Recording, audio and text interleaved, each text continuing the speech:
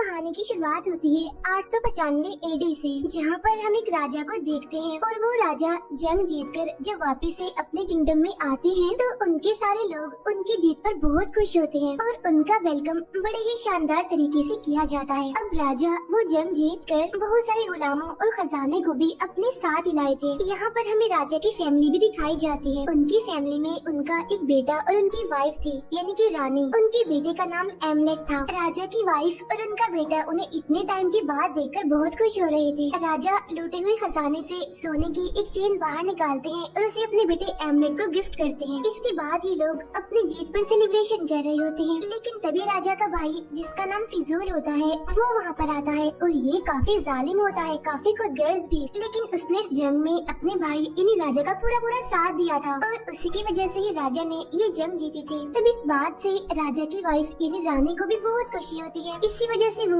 Respect के तौर पर उसे ड्रिंक पीने के लिए देती है। फिर रात को जब राजा और रानी अपने रूम में होते हैं तो राजा रानी को अपने जख्म दिखाते हैं और ये इंजरी उन्हें जंग में ही आई थी। ये दिखाते हुए राजा उनसे कहते हैं कि मैं चाहता हूँ कि मैं अगला राजा अपने बेटे एमलेट को बना दूं। लेकिन रानी उन्हें ऐसा करने से साफ मना करती है और कहती है कि नहीं, अभी वो राजा बनने के काबिल नहीं है, अभी वो छोटा है, ना समझ है। और वैसे भी अगर उसके बड़े होने पर आप उसे राजा बनाना चाहते हैं तो उससे पहले आपको अपने भाई को खत्म करना होगा, यानी कि उसके अंकल को, क्योंकि उसने जंग में आपका बहुत साथ दिया है और इसीलिए अगर उसे राजा ना बनाया तो बगावत पर भी उतर सकता है। हम राजा के बेटे एमलेट को देखते हैं, जो कि सच में कमजोर भी था और ना समझ भी। इसीलिए राजा उसे अपने किंगडम से काफी दूर एक मंदिर में लेकर जाते हैं। वहाँ आकर राजा एमलेट को बताते हैं कि एक बार मेरे फादर भी मुझे यहीं पर ही लाए थे और देखो कि आज तुम्हारे फादर तुम्हें यहाँ पर लेकर आए हैं, यानी कि मैं। जब ये दोनों बाप बेटा वहाँ पर जाते हैं तो वहाँ पर ये बिल्कुल लोमड़ी की तरह बिहेव करते हैं। लेकिन तभी वहाँ उनके पास एक प्रीस्ट आते हैं। वो उन दोनों को पीने के लिए एक ड्रिंक देते हैं। साथ ही साथ वो उन दोनों को कहते हैं कि साबित करो कि तुम एक डॉग हो या एक वुल्फ हो। तब ये सुनकर राजा जोर से धाड़ते हैं। फिर जब वो एमलेट को धाड़ने के लिए कहते हैं तो एमलेट भी ऐसा ही करता है। अब एमलेट धाड़ता तो है लेकिन उसकी आवाज इतनी ज्यादा नहीं होती। तब ये देखकर राजा उससे कहते हैं कि मुझे लगता है कि तुम एक कमजोर लोमड़ी हो, इसीलिए तुम्हें ताकतवर बनाना अभी जरूरी है। फिर वो लोग एमलेट को राजा बनाने के लिए यहाँ पर बहुत सारे रिचुअल करते हैं। अब क्योंकि एमलेट डरपोक था, उसका दिल भी काफी कमजोर था, तो एक ट्री पर बहुत सारी डेड बॉडीज को लटका हुआ देखता है। रिचुअल खत्म होने के बाद जब वो दोनों मंदिर से बाहर निकलते हैं तो तभी वहाँ पर राजा का भाई फिजूल अपने साथियों के साथ आ जाता है और वो आते ही तीरों से इन पर हमला कर देता है। अब यहाँ पर राजा को एक तीर लग जाता है, इसीलिए अपने बेटे एमलेट को फौरन से वहाँ से भागने के लिए कहते हैं। तब एमलेट ऐसा ही करता है और वो वहाँ से भाग जाता है। उसके जाने के बाद राजा का भाई फिजूल अपने भाई राजा के पास आ जाता है और वो एक तलवार से अपने भाई का सर ही धड़ से अलग कर देता है और उन्हें जान से मार डालता है। इसके बाद फिजूल के बहुत सारे सिपाही एमलेट का पीछा करते हैं उसे पकड़ने के लिए, और फिर जैसे एक सिपाही एमलेट के पास जाकर उसे पकड़ने की कोशिश करता है तो एमलेट उसकी नाक काट देता है और उसे काफी जख्मी कर देता है। और ऐसा करने के बाद वो वहाँ से भाग जाता है। भागते भागते जब एमलेट अपने किंगडम में वापस पहुँचता है तो वो देखता है कि उसके अंकल फिजूल ने उनके किंगडम पर कब्जा कर लिया है। फिजूल के सिपाही एमलेट की मदर को उठा कर भी अपने साथ ले जाते हैं और वो सिपाही जिसकी नाक एमलेट ने काट दी थी वो फिजूल से आकर कहता है कि वो बच्चा एमलेट समंदर में डूबने से मर गया। लेकिन ये बात बिल्कुल झूठ होती है, क्योंकि एमलेट तो अभी जिंदा था और वो अपने किंगडम से एक बोट लेकर वहाँ से चला जाता है। फिर वो समंदर के रास्ते जब इतनी मुसीबत में आगे बढ़ रहा होता है तो वो यहाँ पर एक कसम उठाता है कि चाहे जो भी हो जाए मैं अपनी मदर को बचा लूंगा और फिजूल को मार के अपने फादर का बदला लूंगा। इसके बाद काफी साल गुजर जाते हैं और हमें रशिया का सीन दिखाया जाता है, जहाँ पर एमलेट अब काफी बड़ा और काफी पावरफुल बन चुका था और वो अब एक वॉरियर था। वो अपने कुछ सिपाहियों के साथ छोटे मोटे गाँव पर हमला करता था, फिर वहाँ के लोगों को अपना गुलाम बना लेता था और तो और वो यहाँ पर काफी जुल्म भी करते थे। वो गाँव वालों के घरों को और उनके बच्चों को जिंदा ही जला दिया करते थे। लेकिन एमलेट को अपने सिपाहियों का इस तरह का साथ और ये उल्टे काम बिल्कुल भी पसंद नहीं थे। उसी रात एमलेट जब उस गांव में घूम रहा था तो उसे वहाँ पर एक बड़ी अजीब औरत दिखाई देती है। उस औरत ने अपने सर पर अजीब तरह का कुछ पहना हुआ था और तो और उसकी आंखें भी नहीं थी। यहाँ पर वो औरत एमलेट से कहती है कि तुम्हारे सुतेले भाई यानी कि फिजूल के बेटे ने मेरी आंखें मुझसे छीन ली, लेकिन फिर भी मैं तुम्हें देख सकती हूँ। यहाँ पर वो औरत एमलेट को उसके गुजरे हुए टाइम से लेकर उसके आने वाले टाइम तक की कुछ जरूरी बातें बताकर वहाँ से गायब हो जाती है। तभी हम देखते हैं जब एमलेट के सिपाही गुलामों को बेच रहे होते हैं तो यहाँ पर एमलेट को ये बात पता चलती है कि इनमें से कुछ गुलाम उसके अंकल फिजूल को भी बेचे जाने वाले थे। इसीलिए एमलेट तैरते हुए गुलामों की उसी वाली बोट में आकर बैठ जाता है, यानी कि जिस बोट में वो गुलाम थे जो फिजूल को बेचे जाने वाले थे। लेकिन तभी रास्ते में वहाँ पर एक काफी बड़ा तूफान आ जाता है, जिसकी वजह से एक गुलाम लड़की जिसका नाम ओल्गा होता है वो गिरने ही वाली होती है। लेकिन तभी ठीक टाइम पर एमलेट ओल्गा की जान बचा लेता है। अब क्योंकि एमलेट ने ओल्गा की जान बचाई थी, इसकी वजह से उन दोनों के बीच काफी अच्छी दोस्ती हो जाती है। फिर अगली सुबह जब वो नींद से जागते हैं तो वो लोग अपनी मंजिल यानी कि एक आइलैंड पर पहुंच जाते हैं, क्योंकि जब फिजूल ने अपने भाई यानी राजा को मारा था तो वो उसके बाद यहाँ पर शिफ्ट हो गया था, यानी कि इस आइलैंड में फिजूल के सभी सिपाही उन सारे गुलामों को अपने साथ आगे ले जाते हैं। यह रास्ते में ओल्गा एमलेट से कहती है कि मैं जानती हूँ कि तुम यहाँ पर जानबूझ कर आई हो किसी खास मकसद के लिए, तो बताओ क्यों। तो तब यहाँ पर एमलेट उसे अपने मकसद के बारे में बता ही देता है कि मैं यहाँ पर उसे मारने आया हूँ, यानी कि फिजूल को, और वो मेरे अंकल हैं जिसने बगावत की, अपने भाई यानी कि मेरे फादर को मार दिया। फिर जब फिजूल उन सभी गुलामों को चेक कर रहा होता है तो तभी उसकी नजर पड़ जाती है एमलेट पर। अब यहाँ पर एमलेट उसे इसीलिए पसंद आया था क्योंकि उसे एमलेट जैसे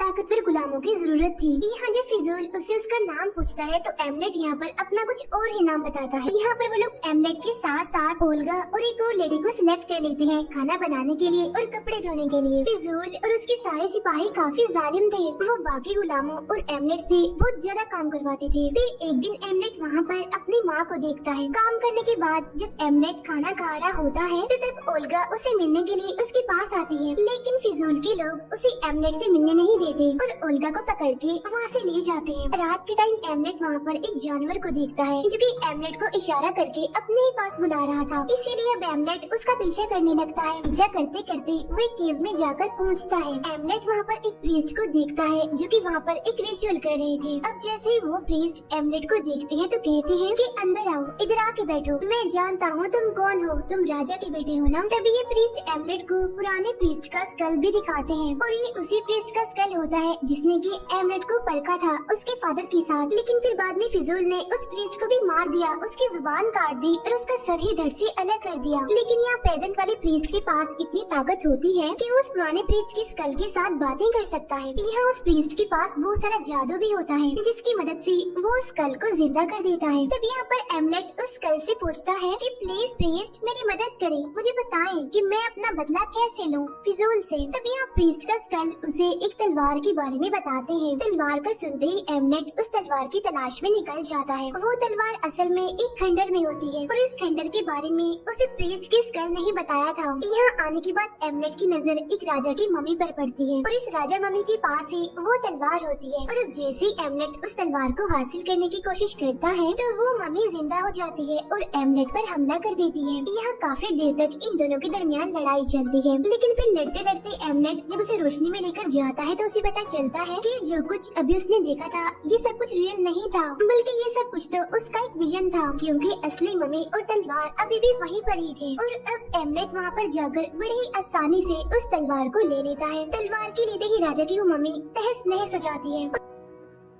उधर फिजूल ओल्गा को परेशान करने की कोशिश कर रहा होता है और जब ओल्गा उसे ऐसा करने से रोकती है तो फिजूल अपने दूसरे गुलाम से कहता है कि इसे सख्त सजा दो, ये इसी काबिल है। वहाँ एमलेट को हम देखते हैं जो कि उस तलवार को छुपाकर ओल्गा से मिलने के लिए चला जाता है। यहाँ पर वो ओल्गा को तसल्ली देता है और कहता है कि मैं बहुत जल्द फिजूल को मारकर तुम्हें उसकी कैद से यहाँ से छुड़ाकर हमेशा हमेशा के लिए ले जाऊंगा। अभी वो दोनों आपस में बातें कर ही रहे होते हैं तो तभी वहाँ पर फिर से कुछ लोग आते हैं और वो फिर से ओल्गा को वहाँ से जाने के लिए कहते हैं। अगले सीन में हम देखते हैं कि फिजूल के सिपाही एमलेट को एक खतरनाक गेम के लिए ले जाते हैं। खतरनाक गेम इसलिए क्योंकि इसमें एमलेट की जान में जा सकती थी। यहाँ फिजूल की आर्मी उस मैच को हार रही थी, लेकिन तब फिजूल का बेटा इस गेम को जीतने के मकसद के लिए चला जाता है। लेकिन अब क्योंकि वो छोटा था, ना समझता, इसी वजह से वो वहीं पर ही गिर जाता है क्योंकि वो काफी जख्मी हो गया था। जमीन पर गिरते ही वो बेहोश हो जाता है। फिर जब दूसरे किंगडम का सिपाही फिजूल के बेटे के सर को बिल्कुल किसी बॉल की तरह हिट करने वाला था तो तभी वहाँ पर एमलेट आ जाता है। वो फिजूल के बेटे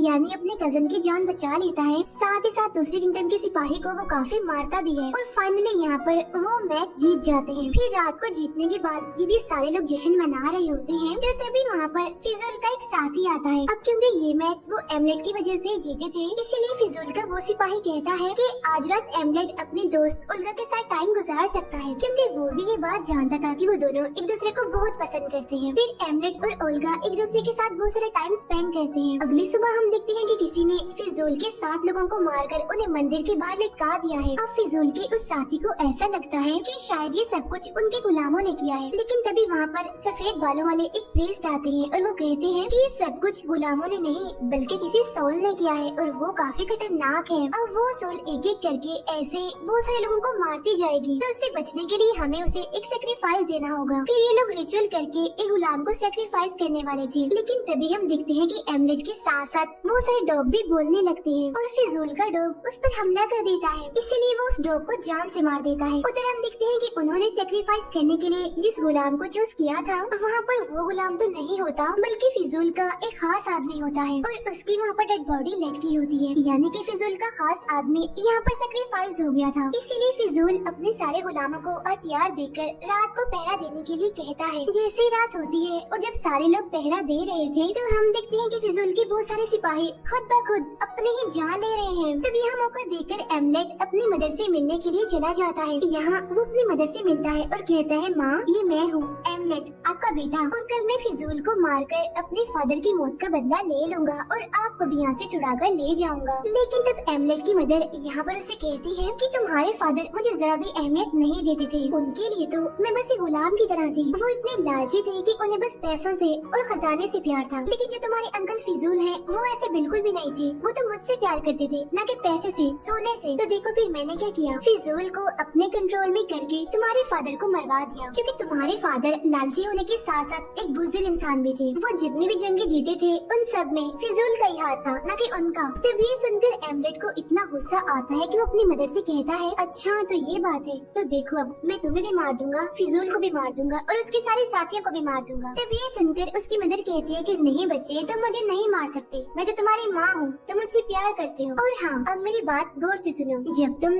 फिजूल को मार दोगे तो मैं तुम्हारी रानी बन जाऊंगी और उसके बाद हम दोनों मिलकर पूरे किंगडम पर राज करेंगे। अब अपनी माँ का ऐसा रूप देखकर एमलेट वहाँ से भाग जाता है, लेकिन वो जाते जाते अपने कजन को मार देता है, यानी कि फिजूल के बेटे को, और उसका दिल निकाल लेता है। यहाँ से वो सीधा जाता है ओल्गा के पास और उसे कहता है कि हमें जल्द से जल्द यहाँ से भागना होगा। तब ये सुनकर ओल्गा कहती है कि नहीं, जिस मिशन के लिए तुम यहाँ पर आए हो उसे पूरा करके ही जाना, यानी कि हम फिजूल को मारकर ही यहाँ से जाएंगे।